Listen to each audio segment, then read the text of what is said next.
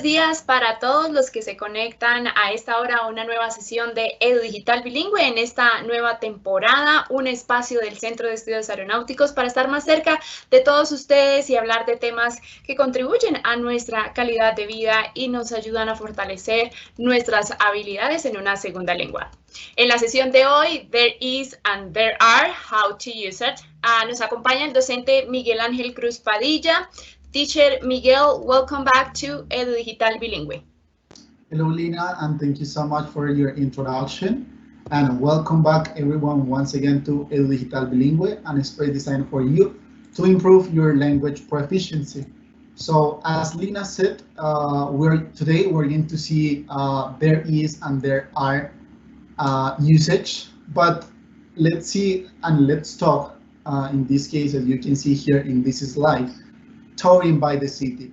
So why touring by the city? In this case, touring by the city means that when you're traveling to somewhere, when you're visiting a country or when you're going to a new city, you have to make some descriptions of the streets of the place you are at. So that's why you have to use there is and there are, okay? So this is very, very useful when you are trying to explain someone else where the things are or where the places are.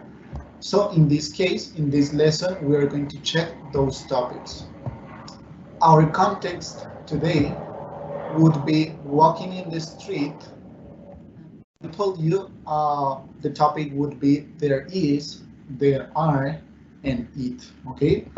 These are really important topics to describe and to give some descriptions, and also to make those descriptions when you are describing the city, we have to use adverbs of place and also prepositions of place in this case, okay? So first of all, I'm going to tell you that there has two different meanings, and the first one, or one of them, is that there is an adverb of place, okay? It means that there allows the people to explain where the things are or where the places are in a specific area. So in this case, in Spanish, it means ahí, allí o allá, ¿vale? En este caso, there is es un adverbio de lugar que nos permite describir dónde se encuentran las cosas o donde se encuentra un lugar en un área específica. So let's talk about this picture and let's see this perspective. Let's suppose we are looking this table and this chair and that book. So I'm going to give you some examples, and this is the structure. We have to use the subject, in this case, the thing that we are going to talk about, verb to be if it is plural or singular, and the adverb of place that in this case is there, okay? The first example is the book is there, okay? We are talking about this book that is in that table or in that place, okay? As you can see here, the only thing that we made is to change there for in that place, okay? It is common to listen in native speakers this adverb of place. The book is there, okay? The next example in this case is the chair is there. So we have the subject here, the chair. We have verb to be, is, and here we have the adverb of place, there. And it's the same to say the chair is in that place. The next example and last one of this picture is the table is there versus the table is in that place. En este caso, si lo pudieron notar, lo único que hacemos es cambiar el adverbio de lugar por in that place. Muchos nativos, más que todo y frecuentemente, utilizan el adverbio de lugar there en vez del uso del in that place, ¿vale? We have some adverbs of place which are here or there, near or far, somewhere, anywhere, nowhere, upstairs, downstairs, inside, outside, north, east, south, and west. We have also towards, upwards, downwards, forward, backwards, around, about, or away. We're going to check those topics or those adverbs of place at the end of the lesson. And remember, if you have questions, please write it down. And at the end of the lesson, between 10 or 15 minutes, we're going to answer all of them to avoid any inconvenience or any confusion in that case. Also, we have in or out, on, off, up, down, over, next to, and between. So this is the first meaning of there. Is an adverb of place, okay? The second one is that there is used as a dummy subject or empty subject. Always it is going to be followed by the verb to be. En este caso, lo que hacemos es simplemente utilizarlo como un sujeto ficticio, ¿vale? En este caso, digamos que no tiene un significado como tal, porque es un sujeto ficticio, pero gramaticalmente va a tener una relación y va a estar correctamente hecho en este caso.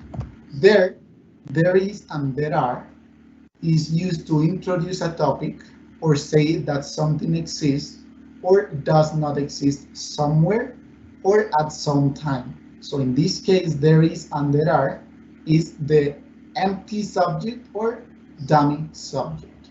Okay? For example, this is a common mistake that we have when we are talking and we want to speak faster. We say, is a dog in the park? Diciendo, hay un perro en el parque, en vez de decir, there is a dog in the park. Grammatically, here, this phrase, this one, is grammatically incorrect, but here, this one is grammatically correct. There is a dog in the park, okay? So be careful with those common mistakes. Now, going deeper in there is and there are, we're going to see the structure to use there is and there are, okay? So we have the singular way, so we have here there, verb to be, and the singular complement. And for plural is similar, we change just the verb to be and the plural complement, okay? So let's suppose we're going to talk about this picture, asking this, how many dogs do you see there? In the left side of the picture, there is a dog sleeping, okay? There is a dog sleeping. Why there is? Because there is just one dog in this case. We have just one dog. For the contraction of there is, there's a dog sleeping, okay? How many dogs do you see there? There's a dog sleeping. On the right side of the picture, we have a plural. We have plural here, so there are two dogs sleeping. We have empty subject, verb to be, and plural complement in this case. There are does not have any contraction, so in this case we are going to say there are. En este caso, there is tiene contracción a there's, pero en caso de there are no hay ninguna contracción para hacer una afirmación. However, sin embargo, here we have some contractions when using negative tenses or negative phrases in this case, and we're going to check those forward. So in this case, the structure of there is or there are is similar, is almost the same. The only thing we add is not here. Here we have not after verb to be, and here we have not after verb to be, but the structure will be the same. How many pets do you see there? There's not a pet in the park. There isn't a pet in the park, or there is not a pet in the park. Sorry. Okay. So in this case, if we look at the picture, we don't see any pet, or we don't see a pet in this case for singular way. Okay. And also, how many buses are there? There aren't any buses in the park, or there are not any buses in the park. ¿Ok? Si se dan cuenta, en este momento hay más contracciones que las que vemos acá, ¿vale? There's not, there isn't, or there is not. And for plural, there aren't, or there are not.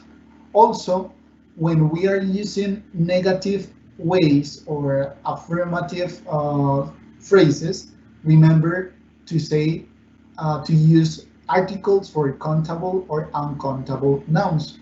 So in this case, we have a, here we have any, okay? Some of them are mostly used when using there is or there are, okay?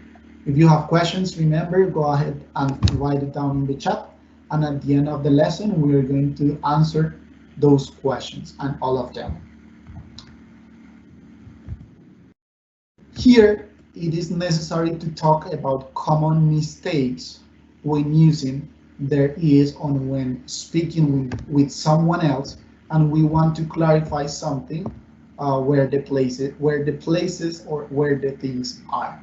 So it is important to know that there is must be used when talking about uncountable nouns. So that means that it is not possible to say there, it is not possible to say, yes, it is not possible to say there are sugar or there are milk, because sugar and milk are uncountable nouns. It's different to say there is a dog, there are 2 dogs, there are 3 laptops, there are 3 horses, there are 3 cell phones, instead of saying there are 3 sugars or there are 4 milks. Is different and is not possible, is grammatically incorrect. So that's why we have to say there is sugar on the table, there is milk in the fridge, there is salt in the kitchen. So for uncountable nouns, we have to use there is, okay? The second common mistake and important point is to not confuse their usage when making yes or no questions with WH questions or open questions. So it's different to say, is there a dog in the house? To say, how many dogs are there in the house? Okay, so be careful when making yes or no questions or WH questions in this case. Also, the third point, be careful also using the correct verb to be instead of is or are or was or were. There is a dog or there is a car on the street or in the street in this case. It's different to say there are a bus or there are a dogs, ¿cierto? In the street. Be careful if you say there is for singular, there are plural, there was singular in past, there were singular in plural plural past in this case. And the last common mistake, or the fourth topic to take into the account, is to avoid saying exist. It's not good to say, for example, in my house exists a cat. It's not good to say that, and it's like grammatically incorrect and it sounds rude.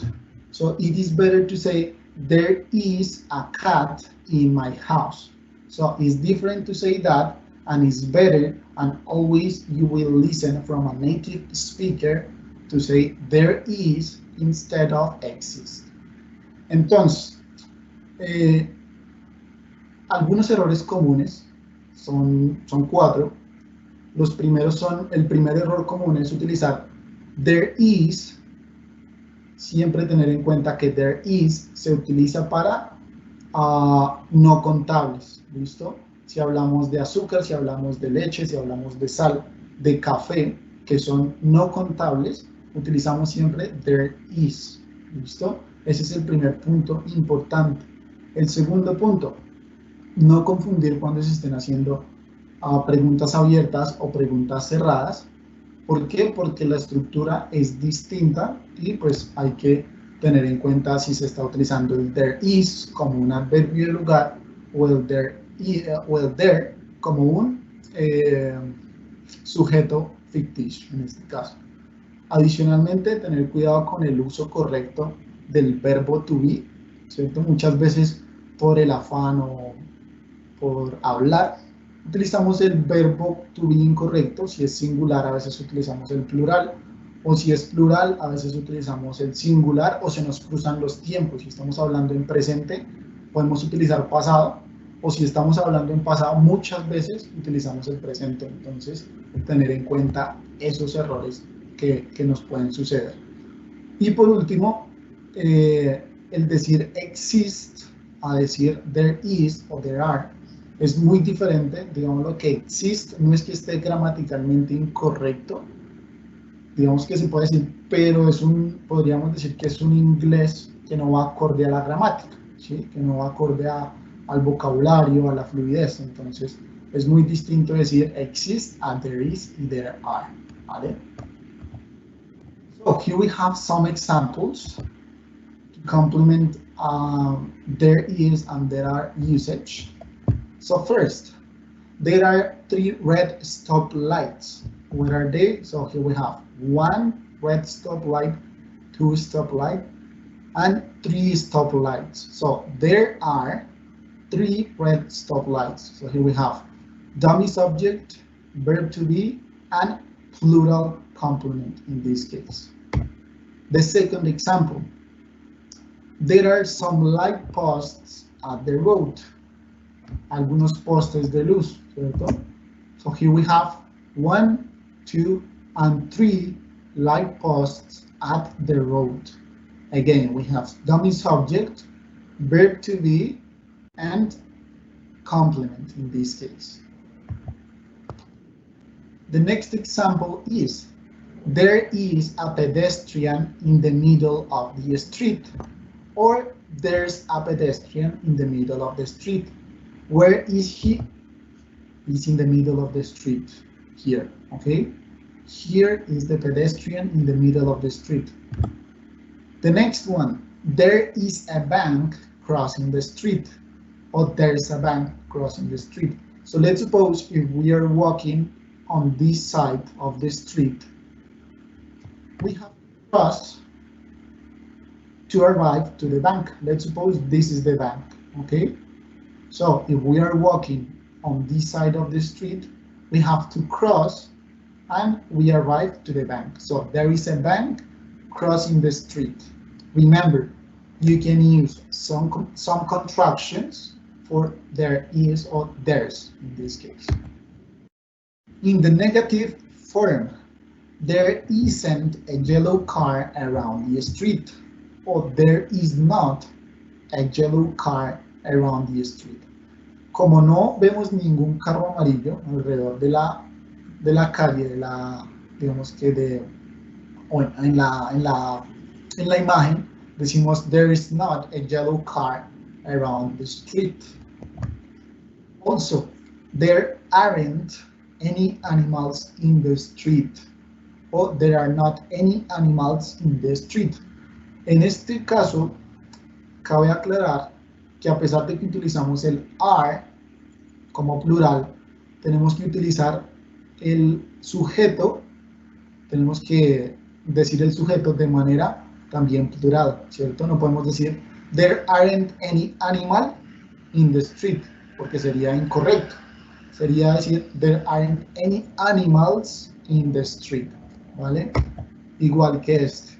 There aren't any peddlers in the street, o there are not any peddlers in the street. En este caso, peddlers son vendedores ambulantes y como no vemos ninguno en la calle o en esta imagen, decimos there are any peddlers in the street. Next, there aren't any fire trucks in the street, or there are not any fire trucks in the street is the same as I told you before. We don't see any of them, so we say there aren't. Next, there is a red bus between two cabs. Okay, so here we have the red bus. Here we have the red bus. This is one cab and this is the second cab. En este caso estamos diciendo que hay un bus rojo en medio, en la mitad de dos taxis, ¿cierto? Y ahí lo podemos ver en la imagen. Also, there is a woman walking towards the woman's store. En este caso, hay una mujer caminando hacia la tienda de mujeres. En este caso, this is the woman and she is walking towards the woman's store, okay? And the last example is there isn't an ambulance in the picture. Como no vemos ninguna ambulancia, decimos there isn't an ambulance in the picture. Entonces, estos son algunos ejemplos que ustedes pueden, digámoslo que, realizar cuando vayan por la calle. Pueden ir practicando estos sujetos ficticios, there are, there is, describiendo todo lo que ven a su alrededor y pues eso va a ser de una ayuda para ustedes y para afianzar este tema, ¿vale? Si se dan cuenta, adicionalmente, voy a apoyarme un poco en el español acá, tenemos tres colores, tenemos el morado, tenemos el verde y el azul. El morado hace referencia al sujeto ficticio, ¿cierto? Tenemos el are, tenemos el there, tenemos el verbo to be, que es el are o is, ¿cierto? Entonces, de una u otra manera estamos afianzando lo que es el verbo to be igualmente. Y en color azul tenemos lo que son adverbios de lugar o preposiciones de lugar. En este caso, at, in, crossing, around, in, between, and towards, ¿cierto? Entonces, si se dan cuenta, estamos comenzando a acoplar todos los temas que hemos visto durante las clases y un poco de vocabulario, contracciones igualmente, para que pues todo vaya siendo un proceso. Adicionalmente, tenemos acá lo que es el artículo para contables y no contables. Tenemos a, tenemos any, tenemos some y tenemos an, ¿cierto? Entonces es para que vayan teniendo eso en cuenta y que de una u otra manera les estamos incluyendo esto para que sea un proceso. Now, going to make questions or interrogative tenses in this case, the only thing that we have to do is to interchange the order of is or the verb to be and the dummy subject. So let's suppose if in the affirmative way we say there is a cat on the chair, we say is there a cat on the chair. En este caso es una pregunta de sí y no, era lo que yo les decía, y estamos ahora utilizando aquí de manera correcta. There is a cat on the chair, or is there a cat on the chair? Okay, the same here. Are there cats on the sofa? And here we have pretty much like the picture explaining that. Okay. Also, we have WH questions, or in this case, using how many, as you can see there in the picture. How many students are there in your class? So I can say there are 7 students in my class. Next one, how many days are there in February? There are 28 days in February, or there are 28 days. Also, in this case, how many countries are there in South America? There are 12 countries, okay? Also, how many players are there in the soccer team? There are 11 players, okay? And last one, how many astronauts are there in the picture? There is an astronaut. So be careful also when making questions and when you are answering them. Remember, if you are going to make a question with how many, remember how many, plural, and here are there, okay? How many astronauts are there? Now, leaving there is and there are subjects, we're going to cover it expression.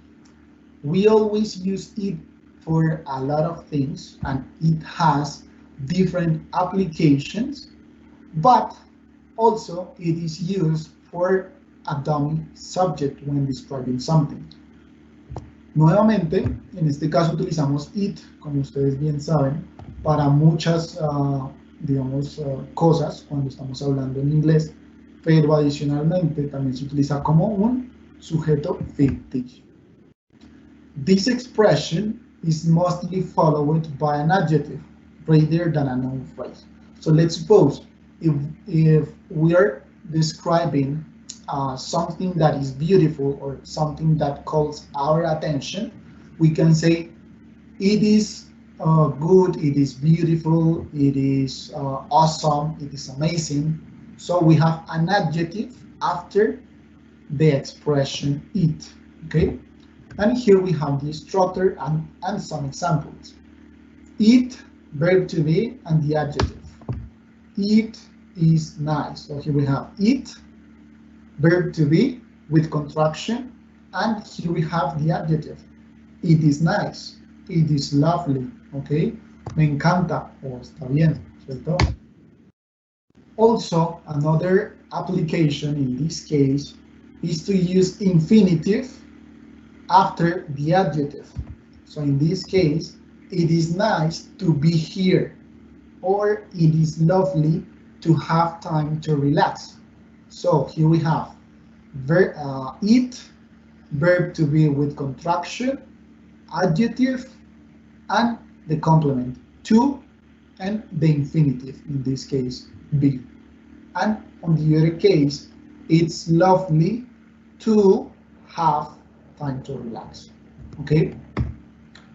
And the last one, and like a variable way to say it, is using verb but with ing. It's nice being here. It's nice being here. It's nice. It's lovely having time to relax. Si decimos esta o esta, para nosotros es indiferente porque estamos diciendo lo mismo. En este caso, estamos diciendo que es bueno estar acá, y aquí igualmente me parece bien estar acá, ¿cierto? En este podemos decir, es encantador tener tiempo para relajarnos, al igual que acá es encantador tener tiempo para relajarnos, ¿cierto? O para relajarse. Entonces, lo podemos utilizar como infinitivo o como ing, ¿vale? Another usage or another application for it expression is with times and dates, or giving the time. Example, it's 2 o'clock, it's Wednesday, it's the 22nd, it's Christmas Day. So remember, you can use it with times and dates also. You can use also it for weather conditions. In this case, cold, it is raining, it's very warm today, it's getting dark, it's too bright in here, okay? So here we have different applications and you can practice them on your daily routine, on your work, on your job, talking with someone else. So it has different applications and you can practice it whenever you want. So now we're going to touch and we're going to see adverbs of place. At the beginning, I told you we have some adverbs of place and I gave you some examples, and now we're going to see them deeper, okay, or a picture to understand better the adverb of place. So here we have here and there. So from this perspective, here is when the thing where the when the object is near this guy, and there is when the object he's talking about is far away from him, okay? Also, near and far. So here we have, this is a near point of this lens, and this is a far point of this lens. It's pretty much the same of there and here, ¿cierto? ¿Por qué? Porque estamos utilizando el here como aquí, there como allá. Cuando nos referimos a here es porque está cerca, ¿cierto? Cuando hablamos de there es porque está lejos. Next, somewhere, anywhere, nowhere. In this case, there is some confusion. When to use somewhere, when to use anywhere, when to use nowhere. And in Spanish, it means somewhere, en algún lugar, anywhere, en cualquier lugar, nowhere, en ningún lugar. So you have to take that into the account when to use somewhere, when to use anywhere or nowhere. Upstairs and downstairs. So for example, where is my computer? It is upstairs. Está en la parte de arriba.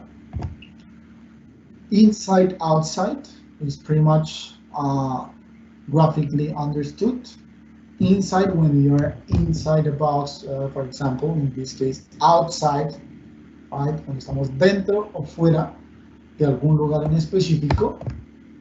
And north, east, south, and west.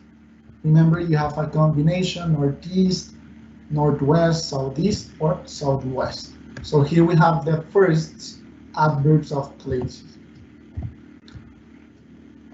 Next, we have towards, upwards, downwards, forwards, backwards, and around.